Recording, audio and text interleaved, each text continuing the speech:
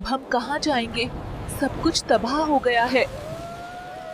हे भगवान, हमें इस ठंड से बचाओ। अरे भाई, इस साल तो ठंड हद से ज्यादा पड़ रही है। लगता है हड्डियां तक जम जाएंगी। सच कह रहा है रामू, रात को तो ऐसा लगा जैसे सांस भी जम रही हो। ऊपर से कोहरा ऐसा कि हाथ को हाथ न सूझे। पिछले 30 साल में ऐसी ठंड मैंने नहीं देखी। अलाव के पास बैठो तो भी ठंड पीछा नहीं छोड़ती। अलाव तो उन्हीं के नसीब में है जिनके पास लकड़ी है। गरीबों के लिए तो ठंड भी अमीरों जैसी नहीं होती। फटी हुई झोपड़ी के अंदर शंभू और उसकी पत्नी ठंड से कांप रहे हैं। ठंडी हवा सीटी मारती हुई अंदर घुस रही है। शंभू, ठंड दिन ब दिन बढ़ रही है। हमारे पास एक ही कंबल है। आज सरपंच सीताराम के जहाँ जब तुम काम करने जाओगे तो उनसे कुछ पैसे मांग लेना, ताजो नया कंबल और कुछ खाने का सामान खरीद सके। हाँ, देखता हूँ आज फिर मांग कर, वरना तो हर बार वो पैसा देने से इनकार ही करते हैं। बाबा, ठंड बहुत लग रही है। हाँ बेटा, आज तेरे लिए नया कंबल लाऊं। चलो ठीक है धन्नो, जल्दी खाना दो, वरना आज भी सरपंच की डांट सुननी पड़ेगी लेट आने की। अरे उस सीताराम की इतनी मजाल नहीं कि वो मेरे पति को डांटे। ओह अच्छा, तुम भी बातें बहुत बनाने लग गई। ये लीजिए खाना और अपना ध्यान रखना। तुम भी अपना और मेरे चंपू का ध्यान रखना। ठंड बहुत है, घर के बाहर मत निकलना। शंभू ये कहकर काम के लिए निकल पड़ा।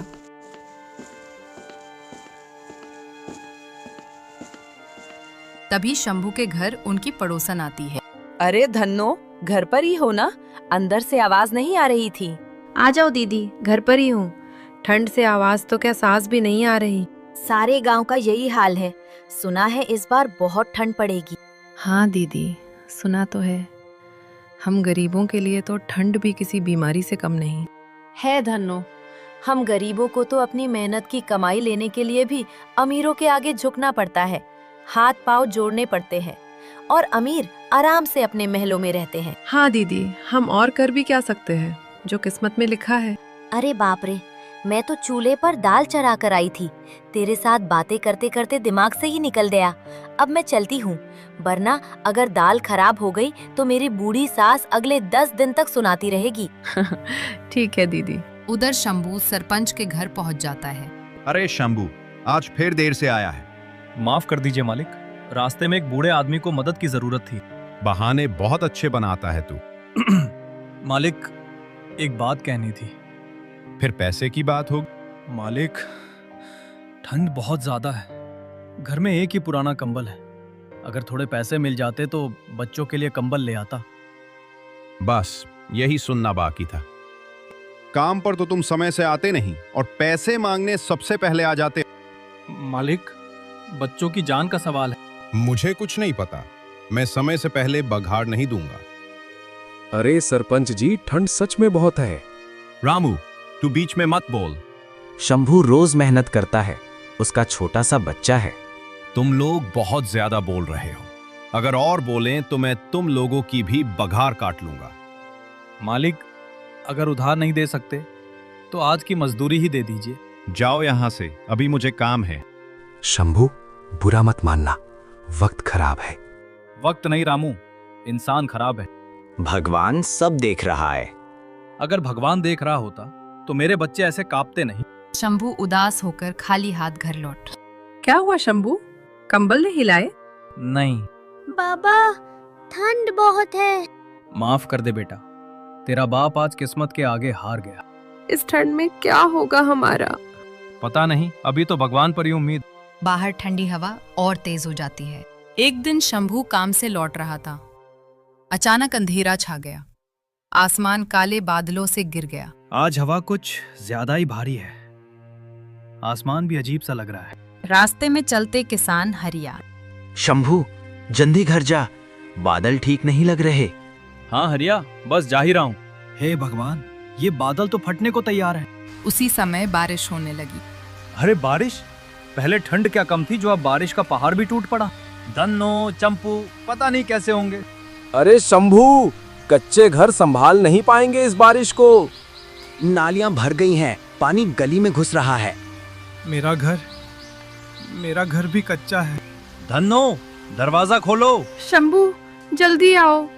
पूरा घर पानी से भरा हुआ। पानी टखनों से ऊपर तक पहुंच गया। ये सब पानी नालियों से भर आया, रोक ही नहीं पाए। बाबा ठंड। बेटा तू पलक पर ही बैठा रहे, मैं करता हूँ कुछ। चलो धन्नो, पानी बाहर निकालते हैं। हाँ, इस पार्टी से कोशिश करते हैं। हाँ चलो शुरू करते हैं। कितनी बार निकालेंगे शंभू? पानी फिर भर आता है। निकालेंगे। देखो पानी थोड़ा कम हो रहा है। बारिश धीरे धीरे थमती है। ठंड और बढ़ जाती है। शंभू उठो, चूल्हा जलाने की कोशिश करती हूँ। गीली लकड़ी कैसे जलेगी? फिर भी कोशिश करनी पड़ेगी। चंपू ने कुछ नहीं खाया। माँ, पेट में दर्द हो रहा है। धन्नो, गीली लकड़ियां हैं, आग नहीं जलेगी। रात का कुछ बचा होगा वही खा लेंगे। बस ये सूखी रोटी बची थी। हाँ माँ। अगले दिन फिर बारिश शुरू हो गई। शंभू, फिर से बारिश आ रही है। लगता है इस बार हमारा घर नहीं बचेगा।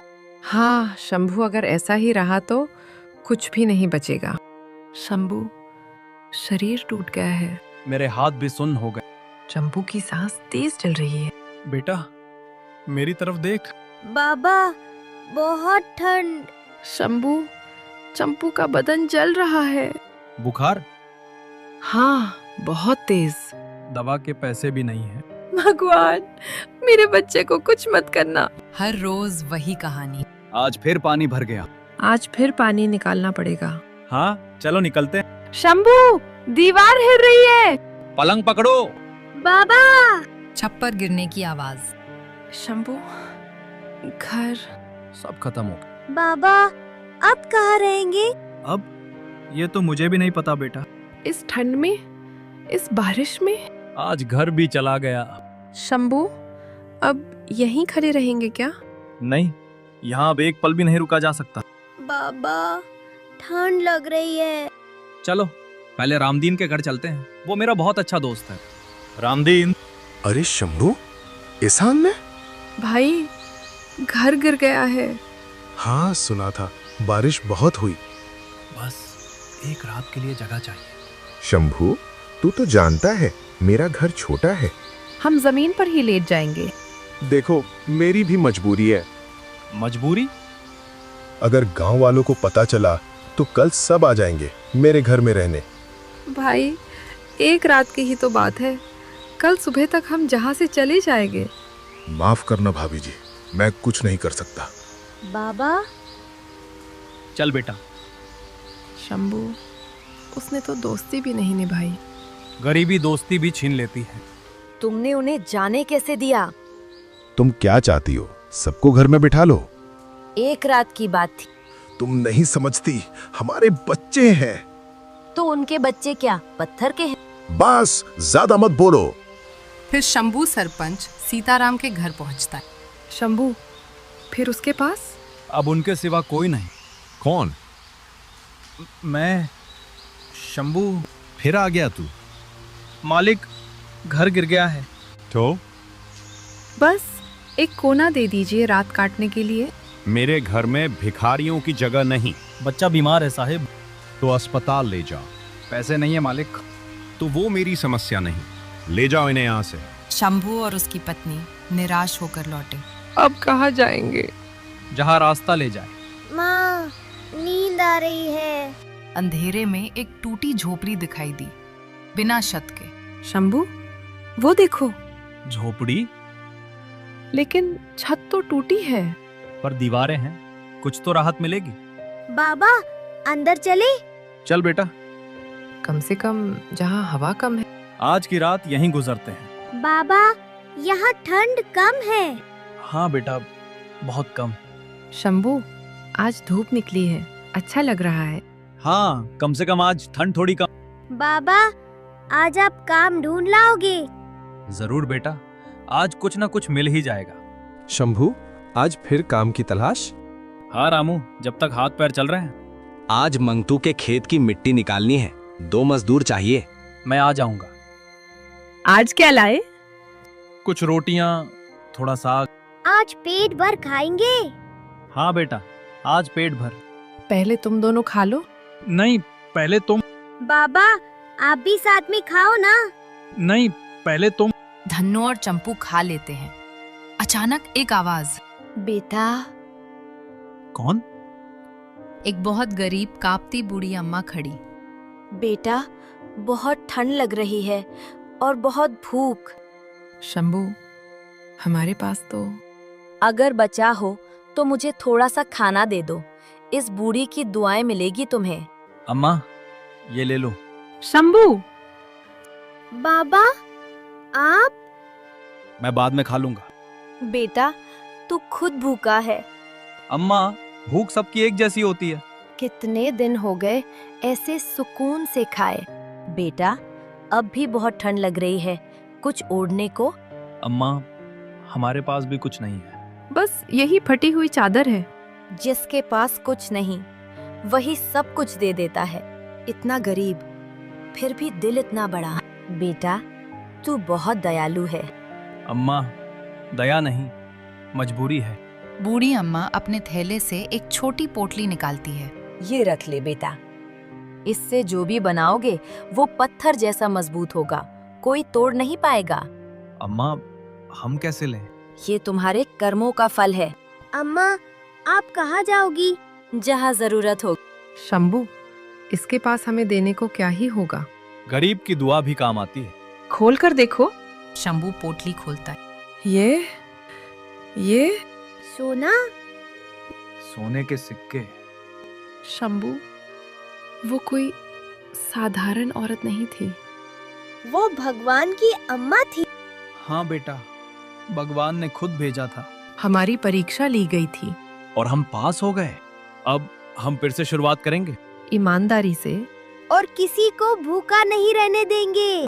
उन सोने के सिक्कों से शंभू ने एक मजबूत घर बना लिया और एक धर्मशाला बना ली जिसमें हर जरूरतमंद की मदद की जाती थी।